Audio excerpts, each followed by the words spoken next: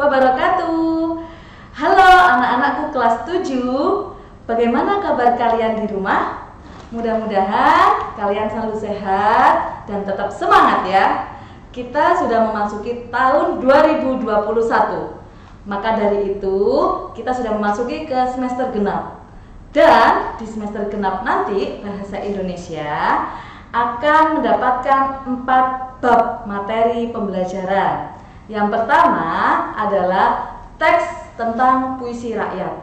Apa sih puisi rakyat itu? Nanti kita akan bahas lebih lanjut ya. Yang kedua nanti adalah tentang teks fabel. Teks fabel itu adalah teks yang berhubungan dengan hewan atau binatang yang memiliki peran atau sifat seperti manusia. Lalu yang ketiga adalah teks surat pribadi dan surat dinas. Lalu yang terakhir, yang keempat adalah tentang membaca buku fiksi dan juga buku non-fiksi. Untuk lebih jelasnya, nanti kita akan bahas bab pertama yaitu tentang bab puisi rakyat. Let's check this out. Baik, di bab pertama ini adalah tentang puisi rakyat. Apa sih Ustazah puisi rakyat itu? Nah, ada 4 KD di dalam puisi rakyat, yaitu yang pertama adalah mengidentifikasi informasinya dulu tentang pesan, rima, dan pilihan kata dari puisi rakyat yang terdiri atas 3 jenis, yaitu pantun, syair, dan gurindam. Lalu di KD selanjutnya adalah menyimpulkan isi puisi rakyatnya. Jadi isinya pantun itu apa, isinya syair apa, dan isinya gurindam apa, seperti itu ya. Next, yang KD ketiga adalah strukturnya dan unsur kebahasaan dari puisi rakyat. Jadi struktur atau unsur kebahasaan dari pantun, syair, dan gurindam itu memang berbeda-beda. Namun ada persamaannya juga dan juga ada perbedaannya. Nanti kita akan kaji lebih lanjut ya. Selanjutnya adalah tentang mengungkapkan gagasan, perasaan, pesan, dan bentuk puisi rakyat secara lisan dan tulis. Itu nanti kita akan mengkreasikan atau menulis, menciptakan pantun, syair, dan gurindam sesuai dengan kreativitas kalian masing-masing. Nah, ini ya. Jadi nanti ada 2 jenis penilaian dalam satu bab itu. Ada penilaian di pengetahuan atau aspek kognitif kalian dan di aspek keterampilan, seperti itu ya. Ada penugasan, ada LKS, dan ada ulangan harian. Kalau di keterampilan atau skill, nanti kalian akan mendapatkan penugasan secara individu atau kelompok, atau proyek atau kelompok. Karena ini masih pembelajarannya kita masih peralihan antara daring dan juga secara luring, maka nanti kita akan kombinasikan sesuai nanti kondisi yang akan kita jalani ya anak-anak. Tetap semangat aja ya. Lalu ini adalah jenis-jenisnya. Dalam materi pembelajaran kita ada jenis puisi rakyat gurindam, syair, pantun. Nanti ada kalimat perintah, kalimat saran, kalimat ajakan, dan kalimat larangan. Nanti ada beberapa jenis konjungsi atau kata hubung konjungsi itu ya. Contohnya kalau, jika, agar, karena, itu, dan lain sebagainya. Nanti juga ada tentang penjelasan tentang kalimat majemuk. Nah, ini adalah beberapa definisi tentang puisi. Jadi puisi itu adalah bentuk kesusastraan yang terikat oleh banyaknya baris, banyaknya suku kata dalam setiap baris, sajak atau rima. Lalu ada jenis-jenis puisi.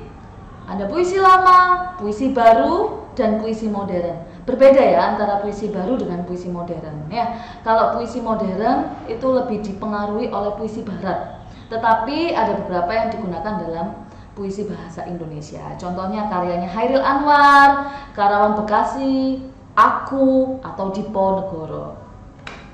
Nah, ini adalah contohnya puisi lama. Jadi yang atas, yang manis rasanya buah sirsak, ombak datang bergulung. Di mana bumi dipijak, di sana langit dijunjung. Nah, itu adalah contoh dari pantun. Lalu yang selanjutnya, Dwi Putri Saragi menata kalbu, waktu tak membuat ragu, ingin selalu membahagiakan ibu, pandang ke depan penuh rindu. Oh iya, itu kata kedepannya seharusnya dipisah ya, karena itu ejaan lama, jadi masih penulisannya masih ada sedikit yang belum baku. Itu adalah contoh syair ketika belakang hurufnya itu sama semua dengan rima a a a a, seperti itu. Rima a a a a itu bukan berarti huruf belakangnya harus a, tidak, tapi seragam hurufnya ya. Jadi di situ ada u u u u. Seperti itu. Kalau yang manis rasanya buah sirsa itu adalah pantun karena rimanya AB atau rima silang. Seperti itu ya. Jadi baris pertama huruf belakangnya bunyinya sama dengan baris ketiga. Baris kedua belakangnya bunyinya bersamaan dengan baris keempat, seperti itu. Lalu yang apabila terpelihara lidah niscaya dapat daripadanya faedah. Itu adalah contoh gurindam, tapi masih diambil 2 baris saja, seperti itu. Nah, ini adalah beberapa contoh puisi baru karya Hairil Anwar, Aku, dan ada Sapadi Djoko Damono. Ini sudah almarhum ya.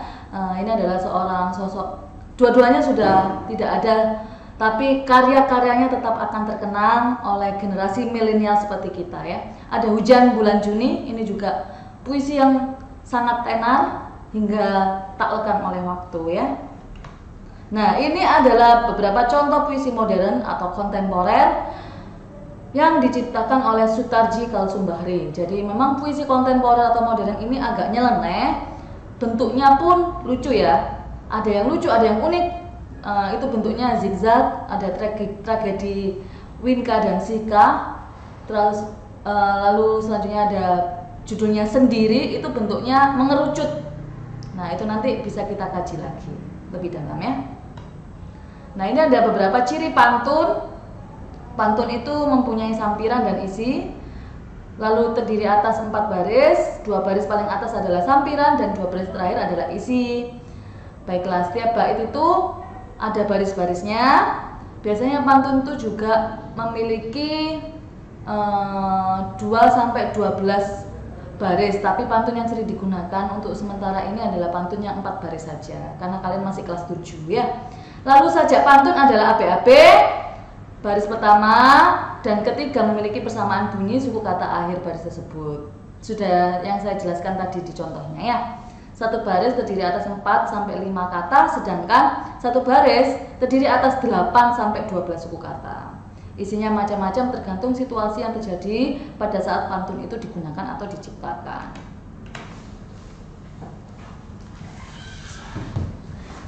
Nanti kalian juga harus mengetahui beberapa perbedaan antara syair dan gurindam. Karena Ustazah Marta sudah memberikan contoh dan ciri-ciri dari pantun, maka kalian di rumah harus mencari ciri-ciri dari syair dan gurindam. Nanti kita akan buat perbedaannya, dan nanti ada beberapa penugasan terstruktur dari Ustazah Marta dan guru bahasa Indonesia yang lain yang akan membantu kalian untuk mempelajari apa sih puisi rakyat itu, apa sih pantun, apa sih syair itu, dan apa sih gurindam itu, dan fungsinya untuk apa. Jadi memang kita walaupun sebagai generasi milenial tetap harus membudidayakan apa yang sudah diciptakan oleh pujangga-pujangga kita yang sudah walaupun sudah tidak ada, tapi karya-karyanya tetap tak lekang oleh waktu. Terima kasih anak-anak. Cukup sekian materi pembelajaran dari Ustazah Marta. Nanti jika ada yang belum jelas, jangan ragu, jangan sungkan untuk menghubungi Ustazah Marta dan Ustazah Fidi maupun Ustazah Hamidah ya.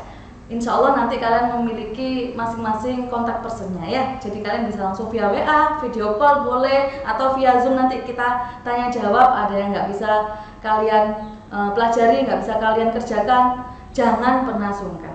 Baiklah, terima kasih anak-anak. Kita akhiri dengan bacaan hamdalah. Alhamdulillahirabbil alamin. Subhanakallahumma wa bihamdik asyhadu alla ilaha illa anta astaghfiruka wa atubu ilaik. Tetap semangat, stay healthy. Bye bye. Sarang hayo. Wassalamualaikum warahmatullahi wabarakatuh.